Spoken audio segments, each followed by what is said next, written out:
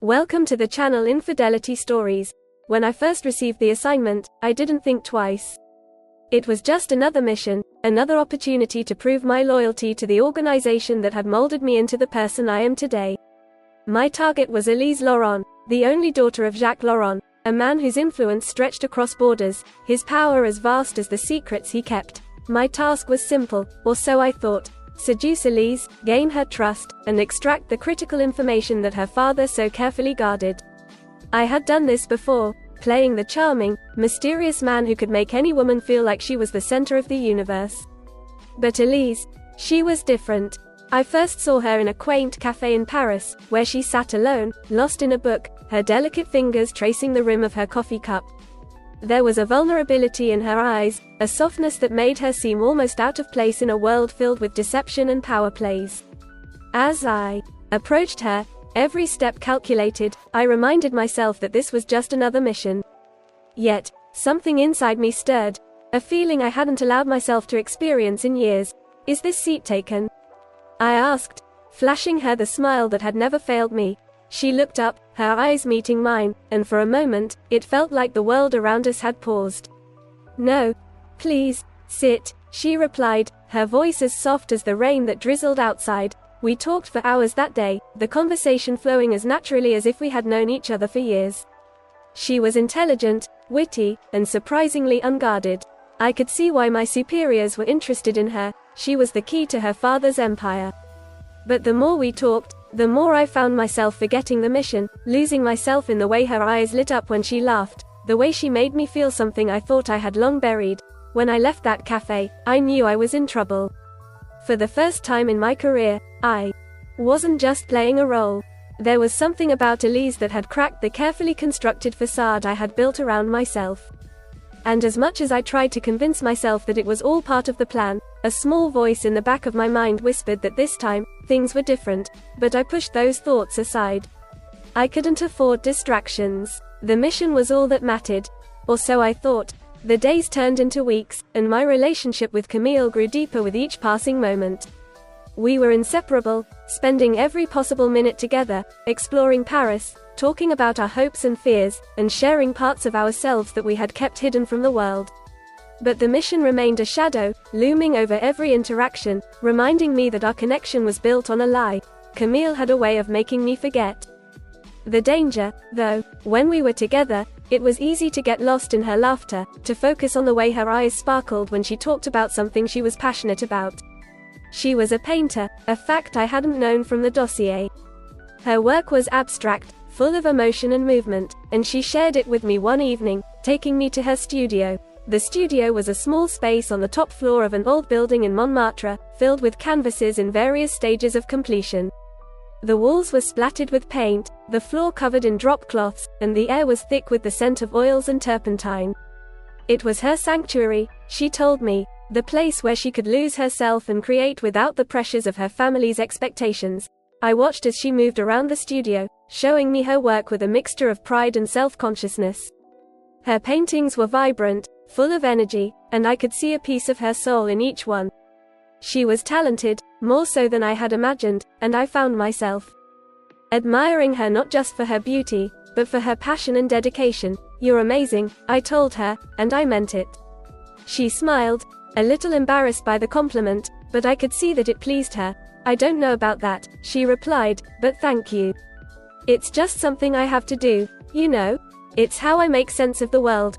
We spent hours in the studio that night, talking about art, about life, and about the things that mattered to us. She asked me about my work, and I gave her the same story I had been using, the lie that I was a journalist working on a piece about the art scene in Paris. It was close enough to the truth to be convincing, and she accepted it without question, but every word felt like a betrayal. The more I got to know her, the harder it became to keep up the pretense. I wanted to tell her the truth, to explain why I had approached her in the first place, but I couldn't. The mission was too important, and I knew that if I revealed the truth, it would destroy everything we had built. And then there was the other side of it, the fear that if I told her the truth, she would leave me. I had never felt this way about anyone before, and the thought of losing her was unbearable. So I kept the lie alive, hoping that somehow, it wouldn't matter in the end. but deep down, I knew it would. Secrets have a way of coming out, and I was living on borrowed time. It was during one of our many evenings together that I realized just how deep I was in. We were at her apartment, a cozy space filled with books and art, sitting on the couch with glasses of wine. The conversation had turned to more serious topics, and she was telling me about her father. He's a difficult man, she said, her voice tinged with sadness. I love him, of course, but it's hard sometimes. He's so distant. Everything is about power and control with him. I don't think he even sees me as a person, just as another asset. I could hear the pain in her voice, and it tore at me. I knew what kind of man her father was, knew the things he was involved in, and it made me sick to think that I was part of the web of lies and manipulation that surrounded her. You deserve better, I told her, reaching out to take her hand. She looked at me, her eyes filled with unshed tears. Do I? She whispered. Sometimes I wonder if I'm just fooling myself, trying to be someone I'm not. You're not, I said firmly. You're strong, Camille. You're stronger than you know.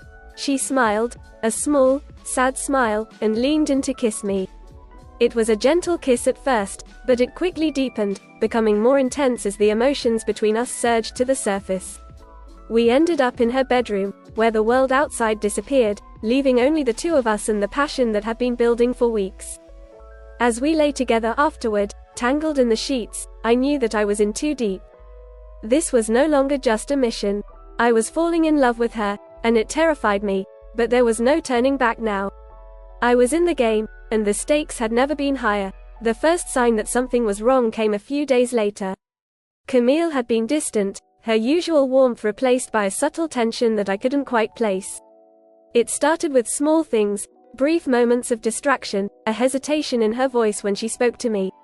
I told myself it was nothing, that she was just busy with her art or perhaps dealing with the usual complexities of her life. But the feeling of unease gnawed at me, refusing to be ignored. One evening, after a dinner that had been more silent than usual, she turned to me with a look that made my heart skip a beat. Nicholas, she began, her voice measured, there's something I need to ask you. My mind raced. Did she know? Had she discovered the truth? I tried to keep my expression neutral, but I could feel the tension building in my chest. Of course, Camille, you can ask me anything. She hesitated, and for a moment, I thought she might change her mind. But then she took a deep breath and met my gaze.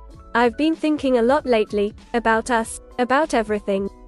And I realized that there are things I don't know about you, important things. What do you mean? I asked, trying to keep my voice calm. Your past, your work. It's like you've built this wall around certain parts of your life, and I can't see over it. I don't know if it's because you're protecting yourself, or if it's because you're hiding something. The words hit me like a punch to the gut. I had been so careful, so meticulous in maintaining my cover, but now it was unraveling before my eyes. I needed to say something, anything, to deflect her suspicions, but the lies were choking me. Camille, I started, but she held up her hand, stopping me. Please, Nicholas. Don't lie to me. I just need to know. Who are you really? Why did you come into my life? Her eyes were pleading, searching for the truth that I had kept hidden for so long. I could feel the walls closing in, the weight of my deception bearing down on me. This was it, the moment I had been dreading. I could continue the lie, try to salvage the mission, or I could tell her the truth and risk losing her forever. I opened my mouth to speak, but before I could find the words, she stood up, turning away from me. I'm sorry, she whispered, her voice trembling. I shouldn't have asked. No, Camille, wait, I said, standing up and reaching for her. You deserve to know the truth. She turned back to me, tears glistening in her eyes. Do I? Or is the truth just going to hurt more than the lies? The room was thick with tension, the air heavy with the weight of everything unspoken between us. I knew I had to make a choice, tell her everything, or continue to live this double life that was tearing me apart. But before I could decide, she took a step back, shaking her head. I need some time, Nicholas. I need to think. And with that, she walked out of the room, leaving me standing there, feeling more lost than I had ever felt before. The days that followed were a blur of anxiety and guilt. Camille was distant, avoiding my calls and texts, and I knew that she was trying to make sense of everything. I couldn't blame her. I had put her in an impossible situation, torn between her feelings for me and the nagging suspicion that I wasn't who I claimed to be. I spent those days pacing my apartment, replaying every conversation, every interaction, trying to figure out where I had gone wrong. I was supposed to be a professional, someone who could handle any situation, but this was different. This wasn't just another mission. This was Camille, the woman I had fallen in love with despite everything. My story isn't over yet. Please consider subscribing to the channel. Thank you. Back to the story. Finally, after what felt like an eternity, she agreed to meet me. We chose a small cafe, one of our usual spots, and as I walked in, I saw her sitting by the window, just like the first time we met. But the atmosphere was different now, charged with tension and uncertainty. She looked up as I approached, her expression unreadable.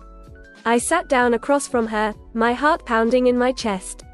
"Camille," I began, "I'm so sorry for everything. I never meant to hurt you." She nodded slowly, her eyes searching mine. "I know, Nicholas. But I need to know the truth. Who are you really? Why did you come into my life?" There it was. The question I had been dreading, the one I couldn't avoid any longer. I took a deep breath, steeling myself for what I had to do. "Camille, I came into your life because I was sent to." Her eyes widened in shock, and I could see the hurt in them, the betrayal. "What do you mean? You were sent to? By whom?" "I'm not a journalist," I admitted, the words tasting bitter in my mouth. "I was sent to get close to you, to gather information on your father. It was a mission, nothing more." She recoiled as if I had struck her, tears welling up in her eyes. "So it was all a lie? Everything between us, it was all just part of your mission?"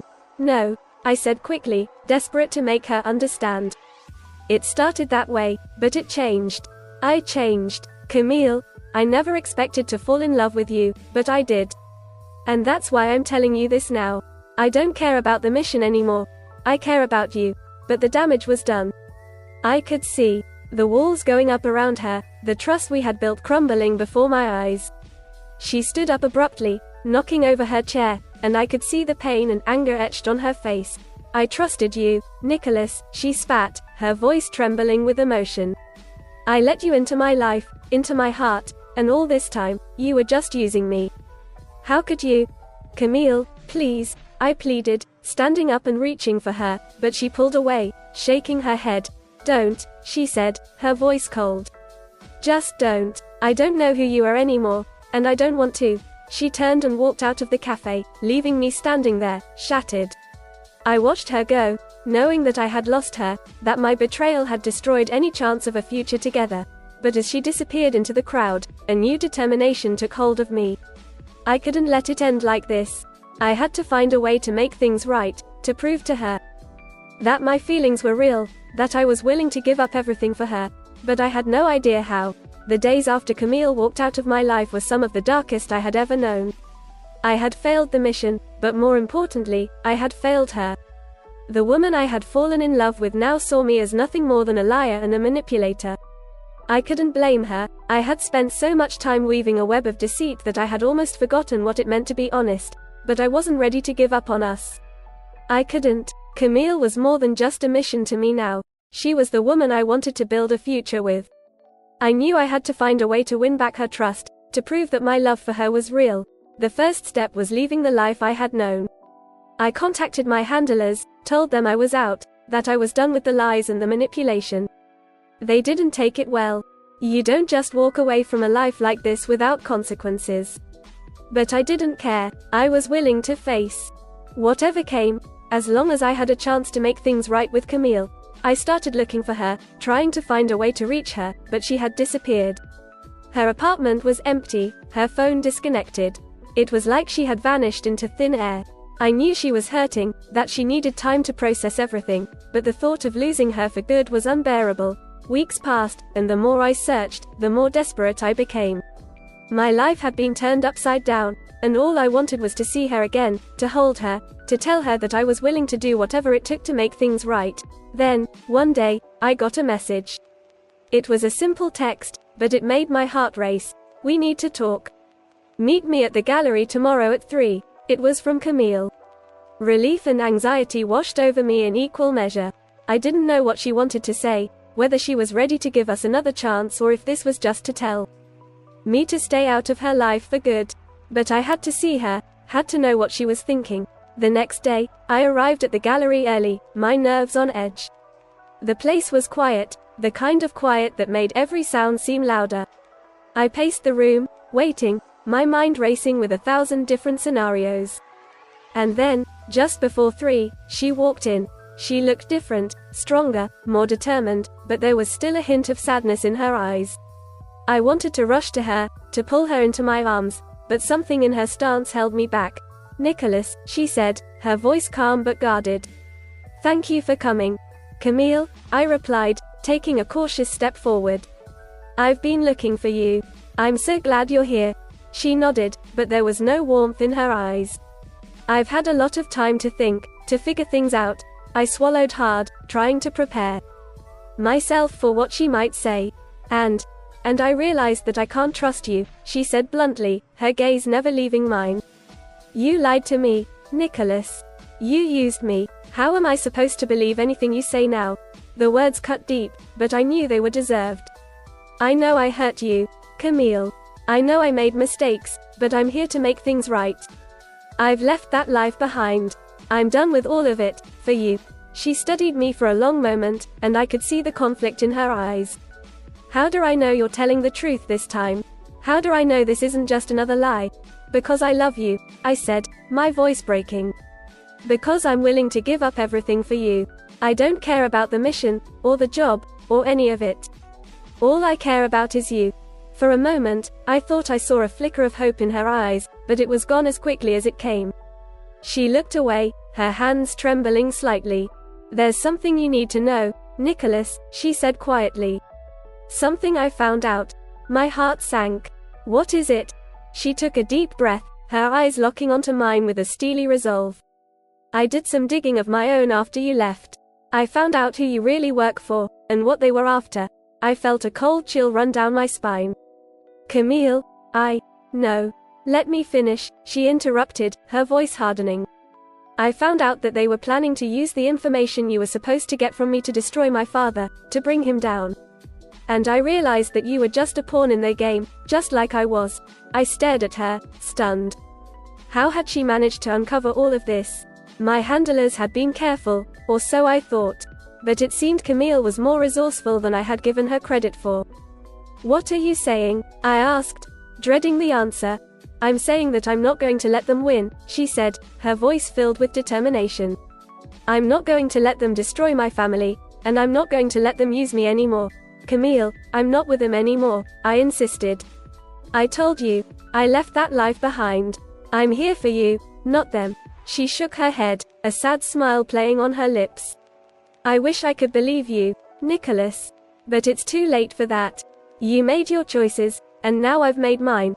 Before I could react, she pulled out a small device from her pocket and pressed a button. I heard a faint click, and then the gallery doors swung open. Several men in suits entered, their expressions cold and professional.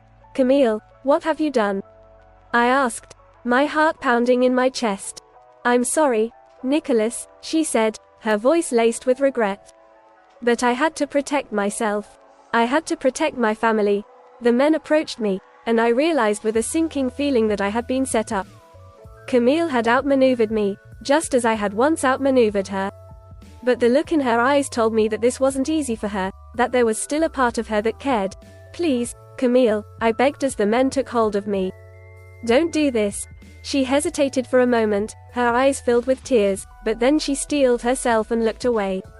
"I'm sorry, Nicholas, but this is the only way." As they led me away, I couldn't help but feel a sense of admiration for her. She had played the game and won, just as I had once done. But this time, it was my heart that was broken. I didn't know what was going to happen next, but I knew one thing for sure. I wasn't going to give up on her. Not yet. The days following my capture were a blur of interrogation and confinement. My former handlers were not pleased with my betrayal, and they made that abundantly clear. But through it all, my thoughts were consumed by Camille. I had to know if she was safe, if she was okay. And more than that, I needed to understand why she had chosen to betray me. I replayed our last conversation over and over in my mind, trying to piece together her motives. She had said she needed to protect herself, to protect her family. I couldn't fault her for that. But there was something else, something she hadn't said, and it gnawed at me. After days of grueling questioning, I was thrown into a small, dimly lit room and left alone. My body was bruised, my mind exhausted, but my determination hadn't wavered. I needed to see Camille again, to make things right. Hours passed, or maybe it was days. I had lost track of time. And then, just when I thought I might be left to rot in that room, the door opened, and a familiar figure stepped inside. It was Camille. She looked different, more composed, more confident, but there was still a flicker of the woman I had fallen in love with in her eyes. She closed the door behind her and stood there, watching me for a moment before speaking. "Nicholas," she said softly, her voice betraying a hint of the emotion she was trying to keep in check. "Camille," I replied, my voice hoarse. "What are you doing here?" She hesitated, as if searching for the right words. "I came to see you, to explain."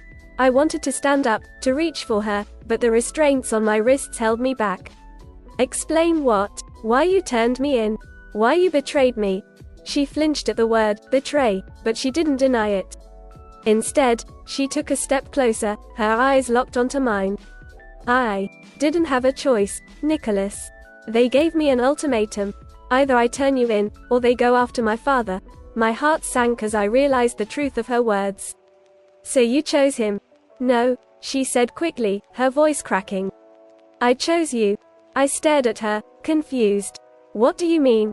"They told me you were working for them, that you were still part of the game." But I didn't believe them. I had to see for myself, had to know if you were really done with that life. "And?" I asked, holding my breath. "And I believe you," she whispered, tears welling up in her eyes. "I know you left them for me, that you gave up everything because you love me." But I had to be sure. Relief and disbelief washed over me in equal measure. "Then why did you turn me in? Why did you let them take me?" "Because it was the only way to keep you safe," she said, her voice trembling. "I had to make them think I was on their side, that I was willing to betray you. But I've been working behind the scenes to get you out, to get us both out." I couldn't believe what I was hearing. "Camille, you did all this for me." She nodded, tears spilling down her cheeks. "I couldn't let them hurt you, Nicholas. I couldn't let them take you away from me. My story isn't over yet. Please consider subscribing to the channel. Thank you." Back to the story. The weight of her words hit me like a tidal wave. She had risked everything for me, just as I had for her. And now, here we were, both caught in the web of deceit we had tried so hard to escape. "What do we do now?" I asked, my voice barely above a whisper. She stepped closer, her hand reaching out to touch my face. "We run. We leave all of this behind and start over, somewhere they can't find us." I wanted to believe it was possible, that we could just disappear and live a life free from the shadows that had haunted us. But I knew it wouldn't be that simple. There were people who wouldn't let us go, people who would hunt us down no matter where we went. "Camille," I began, trying to find the right words, "we can't just." "Yes, we can," she interrupted, her eyes blazing with determination. "We can if we do it together. I've made arrangements. We have a way out, but we have to leave now." There was a fire in her that I hadn't seen before, a strength that made me believe, if only for a moment, that maybe we could make it work. Maybe we could find a way to be together without looking over our shoulders for the rest of our lives. "Okay," I said finally, my voice filled with resolve. "Let's do it." She smiled through her tears, and it was the most beautiful thing I had ever seen. "I knew you'd say that." She reached into her bag and pulled out a small device, pressing a few buttons before holding it up to the restraints on my wrists. With a soft click, they fell away, and I was free. "Let's get out of here," she said, offering me her hand. I took it, feeling the warmth of her touch, the strength of her grip. We were in this together, and nothing was going to tear us apart. We moved quickly, navigating the labyrinth of corridors and locked doors until we finally emerged into the cool night air. A car was waiting for us, its engine idling, and we climbed inside, our hearts racing with adrenaline. As we drove away from the city, leaving the past behind us, I glanced over at Camille, her face illuminated by the passing street lights. She looked at me, and smiled, and in that moment, I knew that no matter what challenges lay ahead, we would face them together. We were free, and we had each other. That was all that mattered. The drive to the safe house was a blur, a mixture of tense silence and hurried conversations about our next steps. Camille had planned everything down to the last detail: new identities, a secluded location where we could lay low until the dust settled. But as we sped away from the city, the reality of our situation began to sink in. We were fugitives now, on the run from powerful people who would stop at nothing to find us. And while the idea of starting a new life with Camille was exhilarating, I couldn't shake the feeling that we were living on borrowed time. We arrived at the safe house just before dawn. It was a small, rustic cabin nestled deep in the woods, far from prying eyes. Camille had found it through a contact who owed her father a favor, and it was stocked with everything we needed to lay low for a while. As we unpacked and settled in, the tension between us began to ease. We were finally alone, free from the pressures of the outside world, and for the first time in weeks, I felt like I could breathe again, but the peace was short-lived. As the days passed, the weight of our situation began to press down on us. We were constantly on edge, listening for any sign that we had been found, and the stress was taking its toll. Camille was restless, pacing the small cabin, her mind racing with plans and contingencies. I could see the strain in her eyes, the toll it was taking on her, and I knew I needed to do something to ease her burden. One evening, as we sat together by the fireplace, I took her hand in mine. "Camille, we need to talk." She looked at me, her expression weary. "What is it, Nicholas?" "I've been thinking," I began, choosing my words carefully. "We can't keep living like this, constantly looking over our shoulders. We need a plan, something more permanent." She nodded, her eyes searching mine. "I know, but what do we do? We can't stay here forever." "No, we can't," I agreed. "But we need to be smart about this. We need to find a way to disappear completely, to start over somewhere they'll never find us." She sighed, leaning back in her chair. "And how do we do that? They have resources, connections. We're not just dealing with ordinary people here." "I know," I said, feeling the weight of the challenge before us. "But there are ways. We can change our appearances, use the contacts we have left to create new identities, and then we can disappear." "Really disappear?" She was silent for a long moment, considering my words.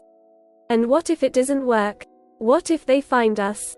Anyway, then we keep running," I said, my voice firm. "But we can't let fear control us. We have to take control of our lives, make our own decisions." She looked at me, and I could see the fear and uncertainty in her eyes. But there was also a flicker of hope, a glimmer of the determination that had brought us this far. "You're right," she said finally. "We can do this. We just have to be smart, and we have to do it together." "Together," I echoed, squeezing her hand. We spent the next few days planning our next move. Camille had contacts who could help us with the paperwork we needed: new passports, birth certificates, everything required to start over.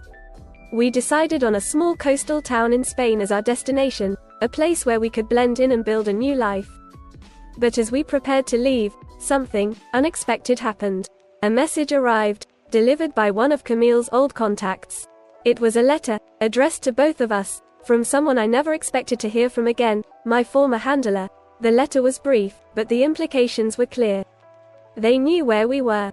They had found us, but they weren't going to come after us, at least, not yet. Instead, they offered us a deal. If we agreed to do one last job, they would erase our records, wipe our identities clean, and let us go. Camille and I stared at the letter, the weight of the decision pressing down on us. It was a tempting offer, a way to finally escape the life we had been running from. But it also meant going back to the very thing we had tried so hard to leave behind. "What do we do?" Camille asked, her voice barely above a whisper. I looked at her, my mind racing. This was our chance, our way out. But it came with a price I wasn't sure I was willing to pay. "We have a choice," I said slowly. "We can take the deal, do the job, and finally be free. Or we can keep running, take our chances on our own." She was silent, her eyes fixed on the letter. "What do you think we should do?" I took a deep breath, the enormity of the decision weighing on me. I think we've come too far to go back now. We've fought too hard to escape this life, and I don't want to get pulled back in. Not even for a chance at freedom." She looked up at me, her eyes filled with determination. "Then we run. We take our chances and we run." I nodded, feeling a sense of relief wash over me. It was the harder choice, but it was the right one. We would take control of our own fate, no matter what the consequences. The next morning, we packed our things and left the cabin, leaving the letter behind. We were going to disappear, to start over in a place where no one knew us. It wouldn't be easy, but as long as we were together, I knew we could make it work. As we drove away from the cabin, leaving the past behind us, I glanced over at Camille, her face set with determination. We had made our choice, and now it was up to us to see it through. No more lies, no more running. This was our chance to build a new life, a life where we could finally be free. Before you leave, remember to subscribe. And left the cabin, leaving the letter behind. We were going to disappear, to start over in a place where no one knew us. It wouldn't be easy, but as long as we were together, I knew we could make it work. As we drove away from the cabin, leaving the past behind us, I glanced over at Camille, her face set with determination. We had made our choice, and now it was up to us to see it through. No more lies, no more running. This was our chance to build a new life, a life where we could finally be free. Before you leave, remember to subscribe.